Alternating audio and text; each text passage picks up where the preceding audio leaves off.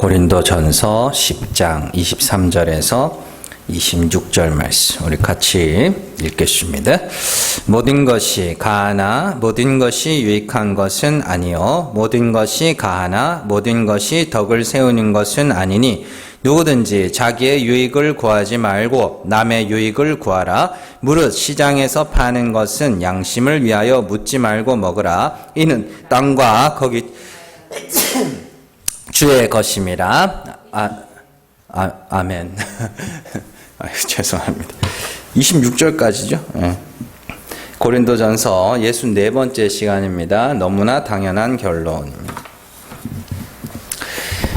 모든 성도들은 기본적으로 두 가지 관계 속에서 살아갑니다. 첫 번째는 하나님과의 관계죠. 그래서 하나님과의 관계는 하나님을 아는 지식에 기반해서 맺어지게 되어 있습니다. 우리는 하나님을 알지 못하던 때에는 종으로, 율법의 종으로 살아갔다고 그렇게 이야기를 하죠. 하나님을 알지 못한다는 것은 그분이 무엇을 좋아하시며 무엇을 싫어하는지 알지 못해서 싫어하는 것을 좋아하는 거라 생각하고 좋아하는 것을 도리어 싫어하는 것이라 착각하여서 관계가 어떻게 해요? 어긋나지는, 똘바로 맺어지지가 못하는 것이죠. 아무리 좋은 음식이라고 할지라도 그 음식에 알레르기가 있는 사람에게는 그 음식이 독인 것이죠.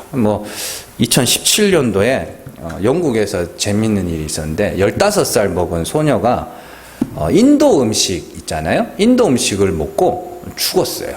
그래서 땅콩 알레르기가 있던 소녀였는데 그래서 이제 그걸 먹고는 이제 인도 음식에 땅콩이 보통 태국, 인도 이쪽 가면 땅콩 분태를 많이 넣어요, 거기다. 그래서 그 먹고 죽었어요. 그래가지고 영국에서 그 식당 주인 있잖아요. 그 살인죄로 기소했습니다. 그런 사건이 있었어요. 그래서 내가 파는 음식, 내가 준비한 음식이 아무리 좋은 음식이라고 할지라도 그것은 누군가에게는 독이 될 수 있는 것이죠. 마찬가지로 우리가 하나님을 알지 못함으로 인해서 하나님이 원하지 않는 것들을 내놓음으로 하나님과 도리어 원수가 되게 되는 그러한 일들이 있었습니다. 하나님이 원하시는 것은 뭐예요? 하나님이 원하시는 것은 죽은 자가 살아나서 하나님의 은혜를 찬송하는 것이죠. 그런데 이제 그래서 하나님은 끊임없이 난 그런 하나님이야. 너희는 내 은혜를 받아야 돼. 너희는 내가 살려야 하는 죽은 자야 라는 것을 성경을 통해서 계속 계시를 해주셨거든요. 계속 계시를 해주셨는데 우리가 뭐 한 거예요? 눈이 보아도 보지 못하고 들어도 듣지 못해서 하나님은 그런 분이라고 계속 역사 내내 보여주셨는데 어떻게 해요? 보이는 것을 보니라고 보지 못하는 것을 못 본 거예요. 그러니까 보이는 건 뭐예요? 보이는 거. 하나님이 사람을 통해 역사하시고 성전을 통해 역사하시고 여러 모양으로 보이는 것으로 나타내셨잖아요. 근데 우리가 그 보이는 것만 보는 거예요. 그러니까 구약 성경을 보면서 아브라함만 보는 거예요. 이삭만 보는 거예요. 야곱만 보는 거예요. 요셉만 보는 거예요. 다윗만 보는 거예요. 사람만 보는 거예요. 보이는 것만 보는 거예요. 그러니까 뭐라 그래요? 하나님이 보이는 거 말고 보이지 않는 거 봐요. 하나님 그들을 통하여 역사하시고 그들을 통하여 하나님이 어떠한 분인지를 계시하고 계셨던 그 보이지 않는 하나님을 봐야지라고 이야기를 하는 것이죠. 그래서 우리가 그 하나님을 보지 못함으로써 내 수고로 맺은 열매만 잔뜩 내놓음으로 하나님과 불화한 자가 돼요. 하나님과 불화한 상태를 원수라고 이야기를 합니다. 자, 로마서 5장으로 한번 가볼까요? 로마서 5장 10절입니다. 같이 읽습니다. 곧 우리가 원수되었을 때에 그의 아들의 죽으심으로 말미암아 하나님과 화목하게 되었은즉 화목하게 된 자로서는 더욱 그의 살아나심으로 말미암아 구원을 받을 것이니라. 아멘. 로마서 8장 6절에서 8절 한번 가보세요. 같이 읽습니다. 육신의 생각은 사망이요 영의 생각은 생명과 평안이니라. 육신의 생각은 하나님과 원수가 되나니 이는 하나님의 법에 굴복하지 아니할 뿐 아니라 할 수도 없음이라. 육신에 있는 자들은 하나님을 기쁘시게 할 수 없느니라. 아멘. 자, 로마서 5장에서는 우리가 원수 되었을 때에 그 아들의 죽으심으로 말미암아 하나님과 화목하게 되었다고 이야기를 하죠. 그러면서 로마서 8장에서는 뭐라 그래요? 육신의 생각은 하나님과 원수가 된다. 이렇게 이야기를 합니다.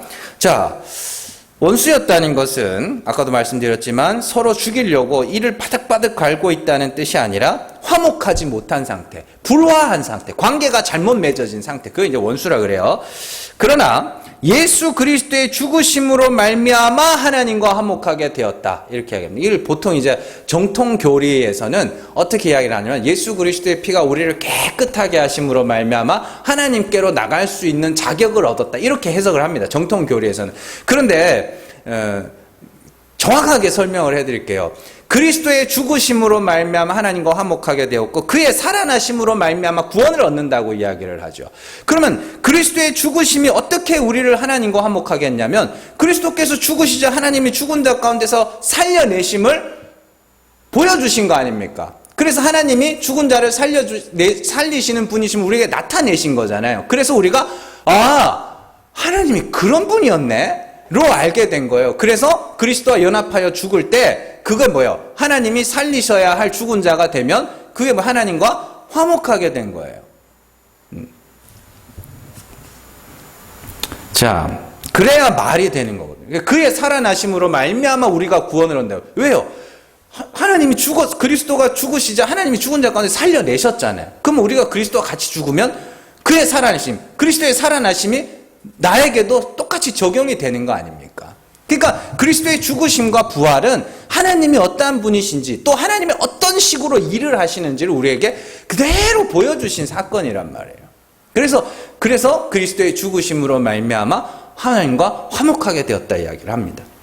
정통 교리도 말씀을 드렸고 성경에 로마서 4장부터 쭉 읽으시면 이 말이 정확하게 여러분들 이해가 되실 겁니다. 4장에서 5장까지 읽으시면 이해가 되실 거예요. 자, 그러면서 8장에서는 육신의 생각은 사망이며 육신의 생각은 하나님과 원수가 되며 육신에 있는 자들은 하나님을 기쁘시게 할 수 없다고 하면서 계속해서 육신의 생각, 육신의 일, 육신의 것 계속 반복해서 설명하죠. 그건 하나님과 원수가 되는 거야. 그건 하나님을 기쁘시게 할 수 없는 거야.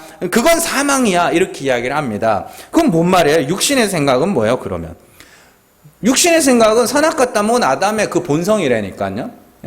막 단순히 가서 사람 죽이고 막 욕하고 손가락질하고 화내고 이런 게 아니라 내가 의로워야지. 내가 생명나무 따먹고 내가 영생에 이르러야지. 내가 내 힘으로 하늘에 올라 우리 이름을 내야지 하는 그게 육신의 생각이에요. 그래서 사도 바울이 갈라디아에서 육신의 정욕과 육신의 소욕이라고 하죠. 육신의 소욕과 성령의 인도하심이 서로 반대라고 이야기를 하는 겁니다. 성령은 우리를 진리잖아요. 성령은 진리잖아요. 진리는 참 하나님이잖아요. 참 하나님을 아는 자는 성령이 우리를 그리로 끌고 간다니까 하나님과 화목하게 하는 그 죽은 자의 자리로. 그러나 육신은 끊임없이 우리를 뭐하냐면 나 죄 없음의 자리로 끌고 간다고요. 그러니까 여러분들이 잘 이해를 하셔야 됩니다. 육신의 생각 그러니까 사람들이 막 자기 마음대로 하는 거라고 생각하기 쉬운데 여러분들 한번 마음대로 해보세요. 기분이 어떤가? 네? 막 살고 가지고 맨날 그냥 엉망진창으로 한번 살아보세요. 그 인생이 얼마나 허무한가. 예수 안 믿는 사람들도 그 정도는 알아요.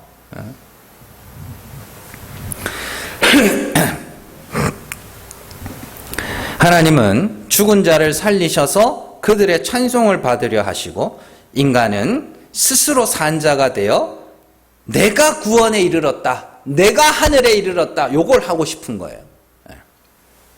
그래서 그 생각의 방향 자체가 서로 원수 또 불화한 자로 만들게 되는 것이죠. 그래서 우리가 성령이 임했다. 그래서 하나님을 알게 됐다. 그래서 그 다음은 뭐예요? 하나님과 화목하게 됐네. 이렇게 가는 거거든요.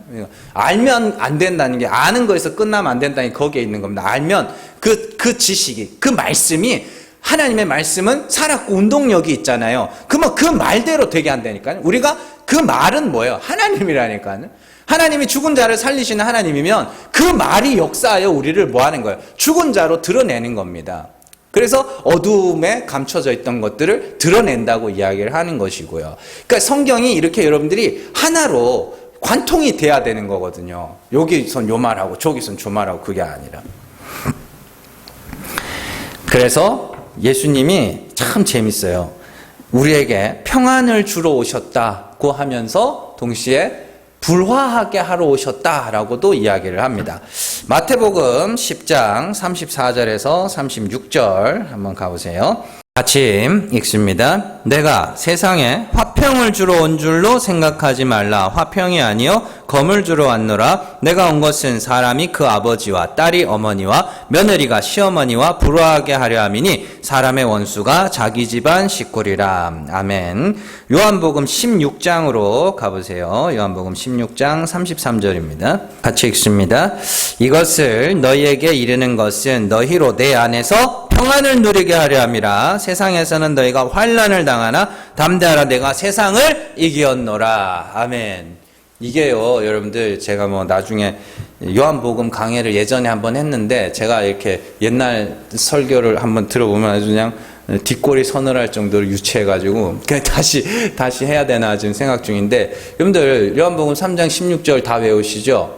하나님이 세상을 이처럼 사랑하사, 하나님 어떤 데는 사랑하라 그럽니다. 예수님이 세상을 사랑하러 오셨다 그래요. 근데 오늘 그 요한복음 16장 33절에서는 세상을 어떻게 했다 그래요? 이겼다 그래요. 그럼 도대체 이놈의 세상은 싸워야 될 대상이에요? 사랑해야 될 대상이에요? 에? 그게 뭐냐면, 자, 요한복음에서는 예수님이 평안을 누리게 하러 왔다. 내가 너희에게 이르는 것은 이것을 너희에게는 내가 너희로 내 안에서 평안을 누리게 하려 함이라. 이렇게 이야기를 해요. 그런데 마태복음 10장에서는 내가 화평을 준 줄을, 같은 단어입니다. 화평이랑 평안이 같은 단어 에이레네입니다. 화평을 주러 온 게 아니라 불화하게 하러 왔어. 세상과 원수가 되게 하러 왔어. 이렇게 이야기를 해요. 자, 왜냐하면요, 이 평안이 뭐냐면 하나님과 관계가 화목하게 된 상태, 그 상태를 평안이라고 이야기를 합니다. 그러니까 화목과 평안은 같은 거예요. 자, 그래서 하나님을 알지 못하는 사람들은 하나님과 불화할 수밖에 없어요. 그죠? 예, 그리고 하나님을 아는 사람들은 하나님과 화목하게 됨으로써 평안을 누리게 됩니다. 그렇다면 예수님이 불화하게 하러 오셨다라는 말씀의 의미는, 자, 그때 당시에 마태복음 당시 예수님이 활동하시던 유대 사회, 그는 전부 하나님을 어떻게 알고 있었어요? 율법의 하나님으로 알고 있었죠. 그죠? 그런데 그들 중에 어떤 이들에게 성령이 임하면 어떻게 돼요? 아, 하나님이 은혜의 하나님이었구나, 죽은 자를 살리시는 긍휼의 하나님이었구나로 알게 되겠죠. 그래서 어떤 자는 하나님과 화목하여 평안을 누리게 됩니다. 그게 주 안에서 평안을 누리는 거예요. 자, 그런데 그 하나님을 아는 지식이, 그 성령이 누구에게만 임해요? 택하신 자에게만 임해요. 그 외에는 다 여전히 율법의 하나님으로 알고 있네요. 그래서 둘 사이가 어떻게 돼요? 원수가 되는 거예요. 어떤 사람은 율법의 하나님으로 알고 있고 어떤 사람은 은혜의 하나님으로 알고 있으면 둘 사이가 어떻게 해요? 화목해질 수가 없게 되는 것이죠. 왜냐하면 둘 중에 하나는 분명히 틀린 거거든요. 그래서 그걸 세상과 자기 집안 식구, 한 집안에 있어도 택하신 자에게만 그 하나님의 계시가 임한다는 소리죠. 그리고 예수님이 세상을 이겼다라는 건 뭐예요? 예수님이 세상을 사랑하신다는 건 뭐예요? 하나님이 어떤 분이신지를 나타내시는 거 아닙니까? 그리고 또 그 하나님의 사랑을 그리스도의 십자가에서 또 보여주신 거 아닙니까? 그게 예수님이 세상을 사랑하신 거예요. 근데 예수님이 세상을 이겼다는 건 뭐예요? 세상이 알고 있는 그 하나님을 그리스도께서 뭐예요? 그 하나님이 아니고 너희가 아는 하나님은 틀렸어. 내가 나타낸 은혜의 하나님이 진짜 하나님이야를 증언하실 것이기 때문에 내가 세상을 이겼다라고 이야기를 하는 겁니다. 그러니까 어려울 거 없어요. 그래서 은혜의 하나님으로 알고 있는 자들과 율법의 하나님으로 알고 있는 자들은 서로 불화하게 되는 겁니다. 불화할 수밖에 없습니다. 그래서 야고보는 뭐라고? 야고보 4장 4절에 보면 야고보가 세상과 벗된 것이 하나님과 원수가 되느니라 이렇게 세상과 벗된 게 뭐예요? 간음이에요. 그게 간음하는 자들아 세상과 벗된 것이 하나님과 원수된 줄을 알지 못하느냐 그렇게 이야기를 한다고요. 세상이 말하는, 세상이 알고 있는 인간들이, 아담의 모든 후손들이 상상하고 추측하는 그 하나님, 그 신, 너희가 그런 신으로 하나님을 그렇게 알고 있는데 너희가 그 하나님으로 그렇게 알고 있으면 그건 하나님과 원수되는 거야. 그렇게 이야기를 하는 것이죠. 그래서 야고보도 똑같아요. 야고보도 바울과 똑같은 이야기 합니다. 야고보 뭐예요? 자유하게 하는 율법. 자유하게 하는 율법은 뭐예요? 긍휼의 행함. 그죠? 그리고 긍휼은 뭐예요? 심판을 이기고 자랑하는 일. 그럼 자유하게 하는 율법은 결국엔 뭐냐면 그 율법으로 죄를 알고 내가 죽으면 그래서 하나님의 긍휼을 구하면 그게 심판을 이기는 유일한 방법이라는 소리입니다. 그리스도께서 그 길을 먼저 걸어가셨고 자, 그래서 하나님과 화목하여 평안을 누리게 하신다는 것은 이제 우리가 하나님이 죽은 자를 살리시는 은혜의 하나님으로 알고 그리스도와 같이 죽으면 하나님이 반드시 살리실 것이기 때문에 그게 하나님과 화목하게 되는 거, 화평하게 되는 평안을 누리는 겁니다. 자, 바울은 이와 동일한 말씀을 갈라디아서에서는 무서워하는 종의 영을 받은 자들과 아들의 영을 받은 자들로 대조하여 설명하죠. 무서워하는 종은 율법과 할례를 지켜 스스로 의롭게 되겠다고 하는 게 무서워하는 종의 영을 받은 상태고, 아들의 영을 받은 자는 하나님을 알고 하나님도 너희를 아는, 그죠? 그래서 하나님의 은혜가 아니면 안 되지. 그래서 아브라함의 이야기도 나오는 거고 하갈과 사라의 이야기도 나오는 거고 그렇게 하는 거예요. 그래서 이게 참 요즘에는 그래요. 그냥 이게 알고 나면은 너무 쉬운 거거든요. 근데 이제 그걸 알기까지가 물론 제가 안 건 아닙니다. 제가 안 건 아니에요. 하다 보니까 기도하면서 참 뭐 자랑도 아니고 부끄러운 것도 아니지만 신학교 다니면서 늘 기도했던 게 하나님 나 설교 잘하는 목사 되게 해달라고 잘 기도를 했는데, 설교는 모르겠어요. 설교는 뭐 이제는 성경은 좀 알고 이제 설교는 뭐 어느 정도는 하는 것 같은데 들을 사람이 없네. 이제는 좀 들을 사람을 많이 보내달라 그래야 되겠어. 자, 어쨌든 제일 중요한 것은 하나님을 알고 뭐 하는 거예요? 하나님과 화목하게 되는 거. 그게 우리가 성도들이, 모든 성도들이 맺는 첫 번째 관계입니다. 그리고 두 번째 우리가 성도들이 맺고 있는 관계가 인간관계예요. 인간관계 역시 하나님의 관계와 동일한 원리로 작동한다는 걸 여러분들이 잘 기억을 하셔야 됩니다. 왜냐하면 땅은 하늘의 모형이며 하늘의 그림자이기 때문이에요. 그래서 이 땅에서 우리가 그 하늘의 원리를 알면 이 땅에서도 인간관계를 막 되게 잘하지는 못해도 실패하지 않을 수는 있다. 그 정도로 이해를 하시면 되죠. 그래서 우리는 인간관계를 통해서 하나님과의 관계를 통해서 인간관계 한번 적용해 볼 수 있는 거예요. 자, 인간관계, 하나님과의 관계에서 제일 중요한 게 뭐였어요? 하나님을 아는 지식이죠. 하나님은 어차피 우리를 다 아시니까, 이름으로도 아시니까. 우리가 하나님을 아는 거죠. 그러면 인간관계에서도 제일 중요한 게 뭐예요? 서로 아는 겁니다. 서로 아는 거예요. 인간관계 역시 서로를 아는 지식을 기반으로 합니다. 인간이 서로를 알 수 있는 방법은 나를 타인에게 계시하는 거예요. 계시하는 게 뭐 나타내는 거죠. 그걸 다 대화라고 부릅니다. 대화. 그래서 대화의 기본은 나를 말하고 너를 듣는 거예요. 대화의 기본은 그거예요. 나를 말하는 건 뭐예요? 나를 상대방에게 나타내는 거예요. 계시하는 겁니다. 그리고 너를 뭐 하는 거예요? 듣는 거. 그 사람이 자기가 어떤 사람인지를 이야기를 해주면 그걸 잘 들으면 돼요. 그것을 우리가 대화라고 하는 것이죠. 두 사람이 만나서 정말 의미 없이 시간을 보낸다는 게 뭐냐면 나를 말하지 않고 너를 듣지 않는 그냥 의미 없는 이야기 있잖아요.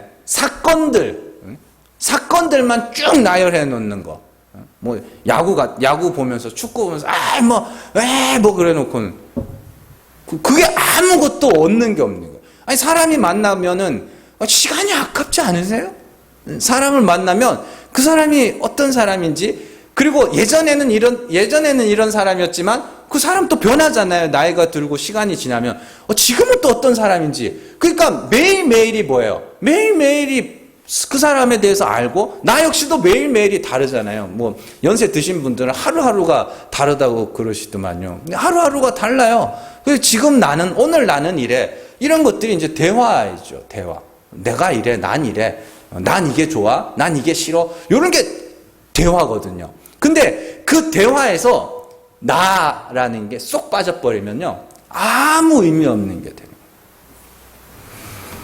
자, 예를 들어서 정치 이야기를 한다고 한번 생각을 해보자. 정치 이야기. 자, 이놈은 나쁜 놈이고 저놈은 착한 놈이라고 하는 두 사람과 관계없는 그 정보만을 나열하는 거예요. 정보만을. 나열하면 그건 의미 없는 대화, 아무 의미 없는 시간이에요. 정치 이야기를 해도 나는 이 사람이 이래서 좋고 나는 저 사람이 이래서 싫어. 그런데 상대방은 그래, 나는 이 사람이 이래서 좋고 나는 저 사람이 좋고. 그러니까 내 이야기를 해야 되는데 그냥 의미 없는 사건들만 나열해 놓는 거예요. 그리고 막 싸우는 거예요. 예? 막 싸우는 거예요. 그 싸우고 나면 왜 싸운지도 몰라요. 그 원수 되는 거지. 그래서 상대방의 이야기에도 귀를 기울이면서 저 사람은 저런 사람이구나. 그걸 파악을 하셔야 된다고요. 그래야 뭐 할 거예요? 그 지식을 기반으로 상대방이 좋아하는 것은 웬만하면 좋아하는 대로 해주려고 그러고 싫어하는 건 웬만하면 안 하려고 그러고 그런 거죠. 나의 생각이 빠져버리고 그냥 무작정 비판과 무작정 옹호만 하니까 정치 이야기만 했다 그러면 싸움 나는 거예요. 그러니까 내가 없는 거예요. 그런 이야기. 그러니까 대화를 해도 그냥 의미 없는 정보만 나열하는 건 아무 의미 없습니다. 그거.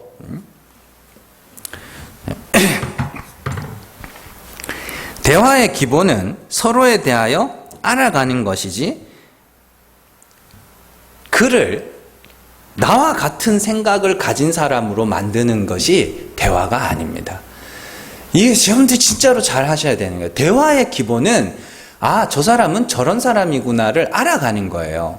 그리고 대화를 해보면 그것도 알 수 있어요. 이 사람은 내가 감당할 수 없는 사람이구나도 알 수 있어요. 이야기를 해보면 알아요. 막 이야기를 해보다 보면 이 사람은 내가 감당할 수 있는 사람이 아닌데, 그러면 자연스럽게 뭐예요? 거리를 두게 돼요. 나쁜 거 아닙니다. 여러분들 감당할 수 없는 사람하고 다니면 지쳐요. 되게 힘들어요.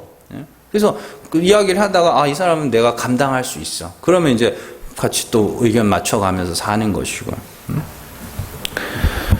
그런 거죠. 그래서 어떤 사람은 탕수육 소스를 찍어 먹는 것을 좋아하고, 그죠? 어떤 사람은 부어 먹는 것을 좋아합니다. 그러면 올바른 관계를 위해서는 상대방의 취향을 보고 저 사람은 찍어 먹는 걸 좋아하는구나. 저 사람은 부어 먹는 것을 좋아하는구나. 그 의견이 다르면 또 그 사이에서도 지혜를 이렇게 발휘할 수 있잖아요. 반 나눠서 부어 먹고 찍어 먹고 해보자. 근데 상대방에 대해서 알려고 하질 않아요. 이게 참 우리나라의 문화권의 특성입니다. 자꾸 어떻게 보냐면 다른 사람을 나에 맞추려고 그래요. 그래가지고 막 일단 부어놓고 야 이게 맛있는 거지 이게 맞는 거야 막 이러면서 그러면 이제 싸움 나는 거예요. 그러면 별거 아닌 거 가지고. 그러니까 그리고 또 중요한 게 뭐냐면 나를 말을 해줘야 돼요. 여러분들 생각외로 대화라는 게요, 귀를 안 열어놓는 것도 문제인데 입을 안 여는 것도 문제예요. 내 이야기를 안 해. 꽁꽁 숨겨놔. 이야기를 안 해요. 꽁꽁 숨겨놔. 말을 안 해. 내가 뭘 좋아하고 내가 뭘 싫어하고 내게 무슨 일이 있었고 이런 일 말을 안 해. 그걸 해야 돼요. 여러분들이 한번 대화를 대화를 하시면서 가정에서 자녀들과 대화를 하시든지 아니면 다른 사람들과 대화를 하시든지 잘 한번 생각을 해보세요. 내가 지금 내 이야기를 저 사람에게 지금 하고 있는가? 아니면 내가 저 사람은 내 이야기를, 나는 저 사람 이야기를 잘 듣고 있는가? 아니면 내가 그냥 내 생각을 저 사람에게 강요하는 건 아닌가? 그런 것들을 한번 좀 생각해 볼 필요가 있습니다. 그게 사실은 인간관계의 제일 기본 베이스입니다. 그래서 서로를 알게 될 때, 서로에게 올바른 지식을 갖게 될 때 비로소 관계가 조금 정상적으로 맺어지게 되는 것이죠. 이처럼 모든 성도들은 하나님과의 관계 그리고 인간관계 속에서 살아갑니다. 자, 오늘 말씀은 사도 바울이 성도들의 인간관계에 대해서 이야기를 하고 있는 거예요. 성도는 기본적으로 하나님과 화목하게 된 자들이죠. 하나님과 화목하기 위해서 참 하나님이 어떠한 분인지를 알았고 그 지식을 바탕으로 하나님과 올바른 관계를 맺게 된 자들입니다. 그러니까 성도는 그리스도와 연합하여 십자가에서 죽은 자들이에요. 그래서 성도는 그리스도 안에서 의롭다 하심을 얻었고 구원함에 이른 자들입니다. 또한 성도는 하나님이 어떠한 분인지를 알기 때문에 우리의 삶이나 먹고 마시는 것이 우리의 구원에 어떤 영향을 미치지 못한다는 것도 알게 했어요. 먹는 건 하나님 앞에서 죄야. 먹는 건, 안 먹는 건 잘하는 거야. 이것 자체가 뭐예요? 거기서 벗어난 거예요. 은혜지, 긍휼이지, 이렇게 벗어난 거예요. 그렇기 때문에 이것과는 뭐예요? 아무 상관이 없는 자가 돼버린 거예요. 그래서 모든 것을 먹을 수 있고 모든 것을 마실 수 있으며 어디든지 갈 수 있는 사람들입니다. 하나님과 화목하게 된 자들에게는 모든 것을 할 수 있는 자유가 주어졌습니다. 그러나 문제는 이 세상은 또 이 교회는 하나님과 나와의 관계만 존재하는 것이 아니라 나와 다른 사람들과의 관계도 여전히 존재하고 있다는 것이죠. 가정을 예로 들면 나와 부모님의 관계가 올바로 서 있다고 해서 그게 전부가 아니에요. 왜냐하면 형제 관계도 있기 때문에. 그래서 이렇게 참 그게 어려운 것 같아요. 어려운 것 같아요. 진짜로. 이렇게 자녀들이 다 잘해주든지 아니면 그냥 완전 악당이 돼서 다 못해주든지 그래야 될 것 같아요. 그래서 이 자녀들끼리도 뭐예요? 부모와의 관계가 올바로 맺어졌다고 해서 형제 관계가 자연스럽게 올바로 맺어지는 경우가 잘 없습니다. 형이랑 부모님이랑 친하고 동생이랑 부모님이랑 친한데도 불구하고 형 동생 사이에 관계가 안 좋은 경우들이 간혹가다 있어요. 그러니까 이 둘의 관계도 뭐예요? 중요한 거죠.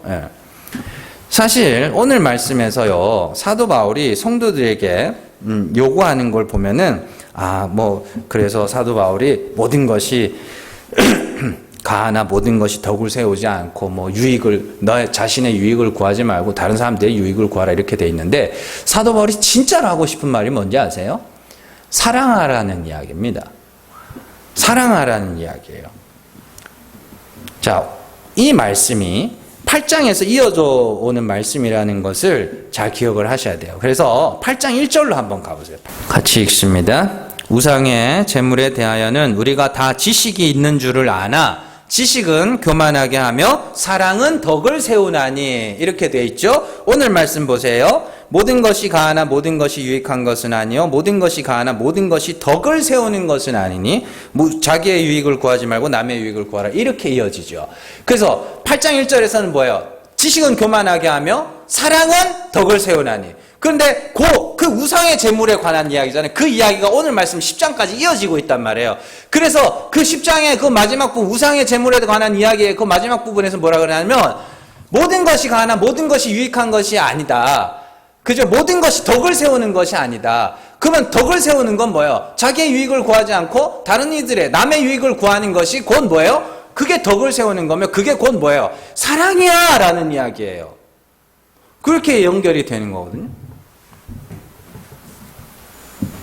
그러니까 사랑은 덕을 세우고 덕을 세우는 것이 유익한 것을 행하는 것이면 결론적으로 자기의 유익을 구하지 않고 남의 유익을 구하는 것이 곧 사랑이다 라는 이야기입니다. 그러면 결국 사랑이라는 것은 다른 이들의 유익을 구하는 것. 그러니까 이렇게 이어져요 말씀이. 그러니까 결국에는 사랑해 라는 이야기. 반면에 지식은 교만하게 하며 또한 지식을 따라 행하는 것은 자기의 유익을 구하게 되며 그것은 덕을 세우지 못한다라는 의미도 같이 포함되어 있는 것이죠. 바울의 말을 정리하면 이렇게 됩니다. 우상을 먹고 마시는 것에 대한 지식이 있어서 이 땅의 우상은 아무것도 아니며 먹고 마시는 것이 우리를 하나님 앞에 서게 할 수 없다는 지식을 가진 자들에게 그런 지식을 가진 자들이 있는데 그들에게 필요한 것은 뭐예요? 사랑이야. 예요. 뭐요? 그래. 뭐든지 먹을 수 있어. 뭐든지 마실 수 있어. 근데 네 유익만 생각하지 말고 네 자유만 생각하지 말고 다른 믿음이 약한 그들의 유익도 생각해 줘야 되지 않겠니? 그 이야기를 하는 거거든요. 더 나아가서 우리가 뭐 다음 주에 더 자세하게 배울 건데 다른 이들의 구원도 신경 써야지.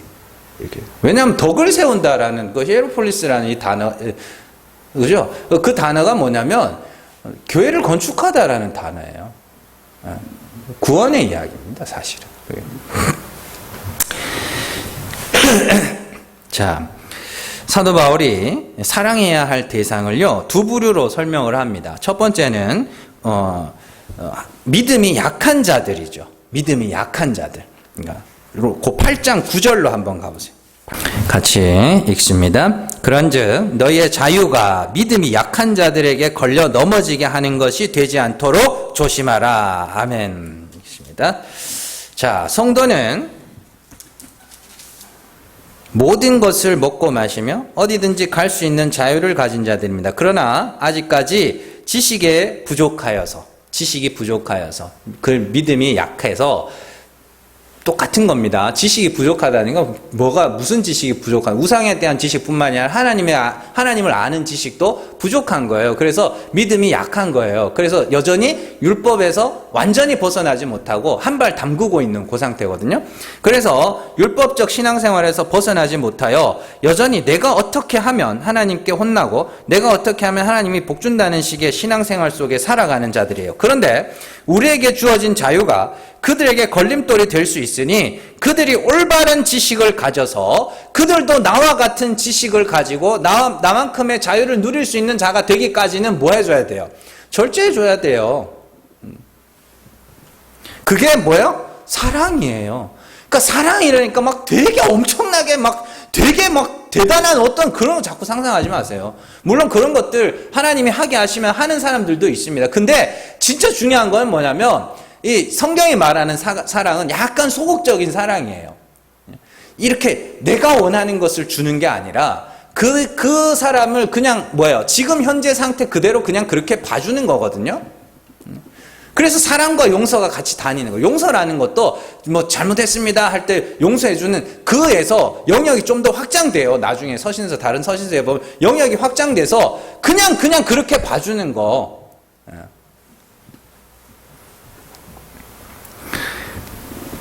성도는요, 성도와 성도의 관계는 서로에게 영향을 끼칠 수밖에 없는 그런 관계입니다. 그래서 보고 싶지 않아도 다른 이들의 말이나 행동, 그리고 그들의 삶이 내 눈에 보일 수밖에 없어요. 목회자들도 마찬가지예요. 목회자가 뭐 더 많이 보이겠죠.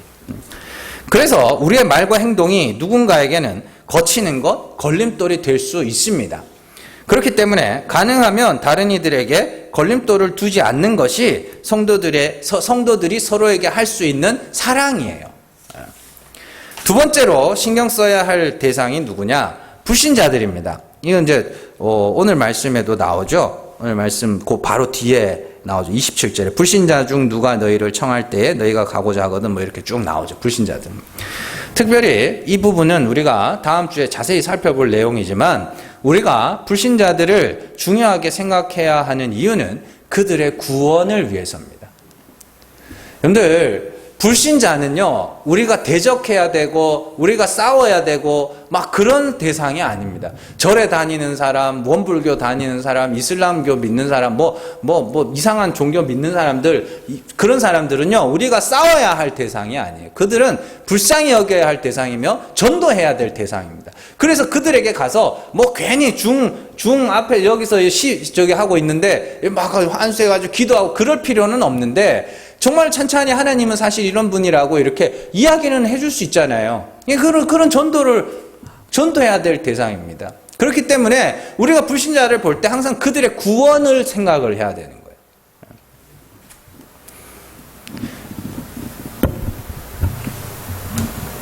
우리가 불신자들 앞에서 고려해야 될 부분이 두 가지가 있는데, 하나는 우리는 이 땅에서 복음을 전해야 할 사명을 가진 자들입니다. 하나님이 어떠한 분이시며 하나님의 기뻐하시고 선하시고 온전하신 뜻이 무엇인지를 증거하는 자로서 세상을 향하여 보내심을 받은 자들입니다. 그렇기 때문에 우리가 불신자를 구원할 수는 없어도 하나님이 그들을 구원하기 위하여 우리를 쓰실 수는 있단 말이에요. 그러니까 로마서 10장에서 말해주는 자가 없는데 어찌 믿을 것이며 믿지 않는데 어찌 부르짖을 것이냐, 그렇게 이야기를 하지 않습니까? 그리고 바울은 씨 뿌리고 물 주는 거, 자기는 씨 뿌리고 아볼로는 물 주고 자라게 하시는 하나님, 그러면서 씨 뿌리고 물 주는 자는 아무것도 아니로도 자라게 하시는 하나님, 이렇게 돼 있잖아요. 그게 의미 없어요? 그러면? 그게 아니라니까. 누군가가 씨를 주고 물을 뿌릴 때 하나님이 택하신 자들에게 그걸 역사하여 믿게 하시고 깨닫게 하시는 것이지, 내가 그를 깨닫게 하는 것도 잘못된 것이고, 어차피 내가 하는 거 아니니까 안 해야지, 요건 더 나쁜 놈이에요. 하기 싫어서 안 하는 거지 뭘 거기다가 말씀을 이용해 뭐. 더러운 놈들이에요 그거. 그러니까 우리는 그냥 내 할 일이니까 그냥 하는 거예요. 그렇게 그걸 갖고 생색낼 필요도 없고, 내가 뭐 누구 데리고 왔다고 막 어깨 으쓱할 필요도 없고. 그래서 내가 불신자를 구원할 수는 없어도 그들의 구원 얻는 길에 우리의 삶이, 우리의 말이, 우리의 행동이 방해가 되어서는 안 된다라는 것입니다.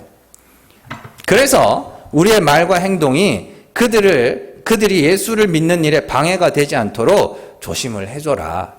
이렇게. 뭐 우리가 뭐 우상의 재물 갖고 뭐 그럴 일은 없는 거고, 좀 더 영역을 확장해서 생각을 해보자는 것이죠.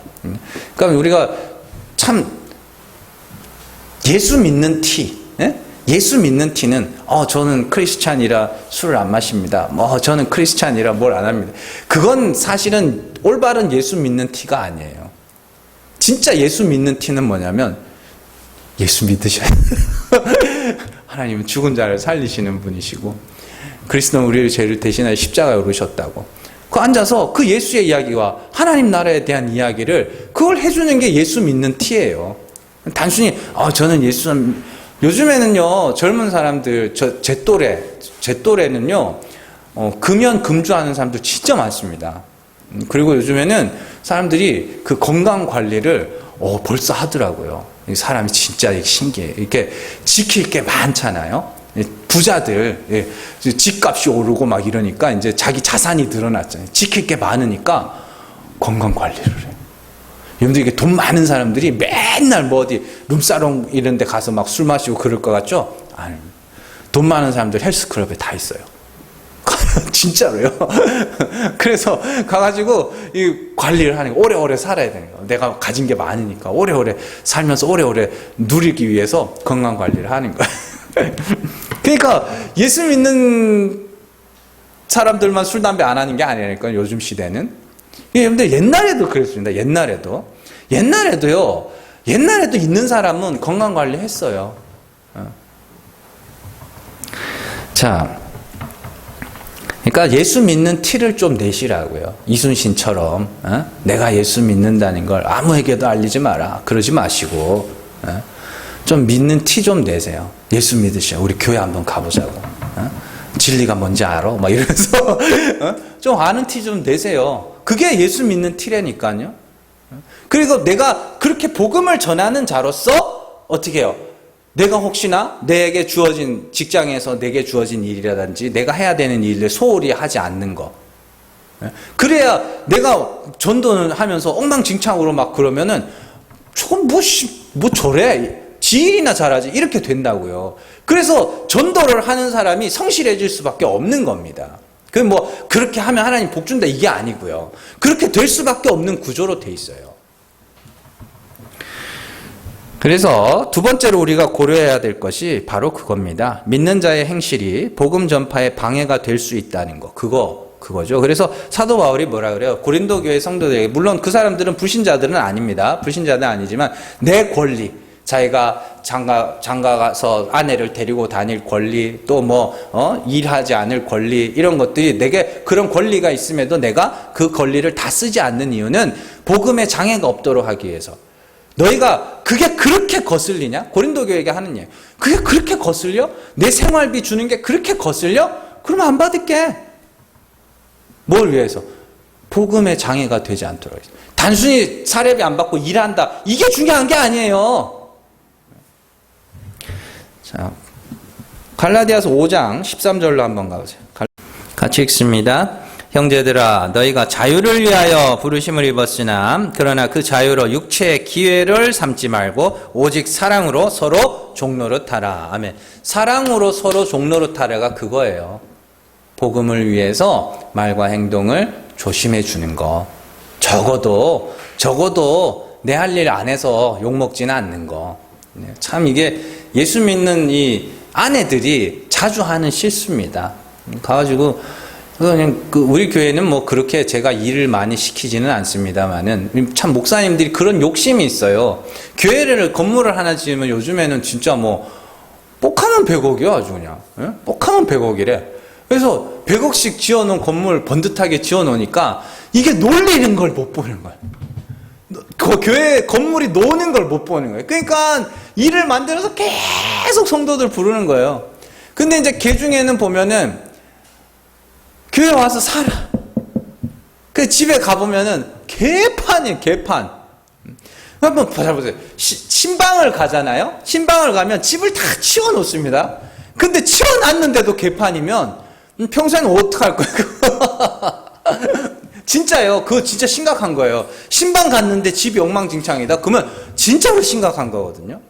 그래서 일하는 맞벌이 하는 부부면은 이해는 해요. 근데 맞벌이도 아니야. 집에 살림만 하는데 매 교회 와가지고 있으면서 집에 엉망진창으로 해놓거든요. 그러면 이제 그 집 남편은 뭐라고 그럴 거예요?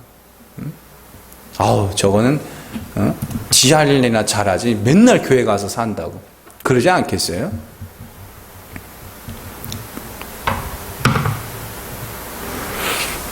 그런 건 맨날.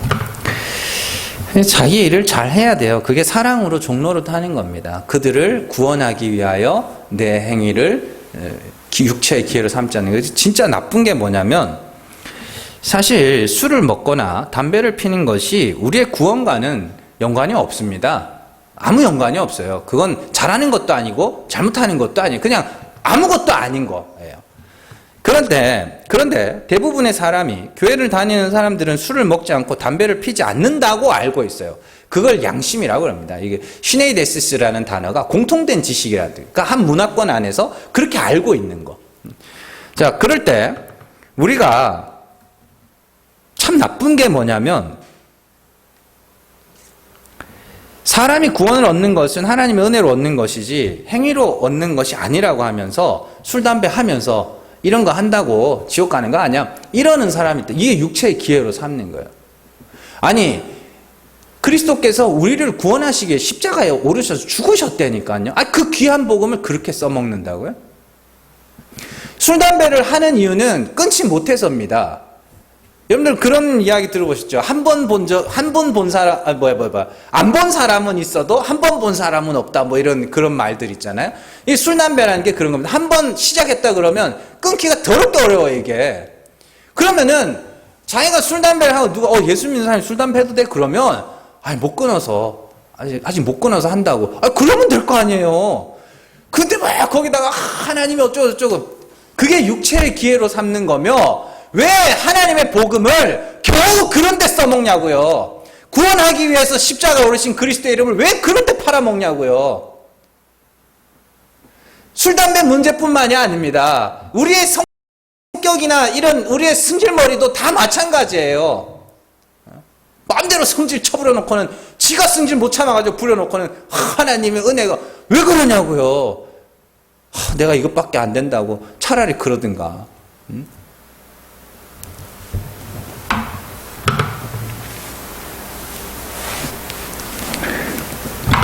그러니까 복음은 구원을 위해서 쓰세요. 나의 구원과 다른 이들의 구원을 위해서 예수 믿자고 하나님 진리의 말씀 한번 들어보자고 그렇게 써먹는 거지. 내 삶을 합리화하기 위해서 복음을 써먹는 거는 아주 큰 죄입니다. 그거 아주 무서운 거예요.